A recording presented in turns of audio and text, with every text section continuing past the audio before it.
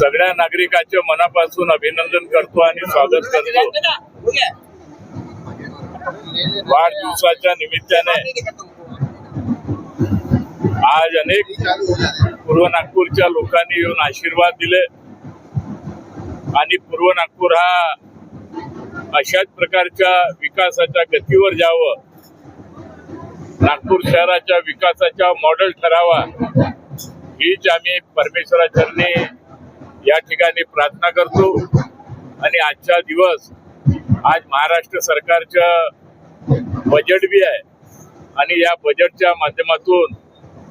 देवेंद्रजी फडणवीस आज त्या ठिकाणी आर्थिक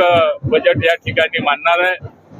आणि या माध्यमातून पूर्ण महाराष्ट्राचा विकास, आपल्या विदर्भ आणि नागपूरचा विकास विशेष करून त्यांनी या सगळ्या गोष्टीकडे लक्ष दिलं आहे आणि निश्चित स्वरूपात पुन्हा महाराष्ट्र हा देशामध्ये नंबर 1चा कसा होईल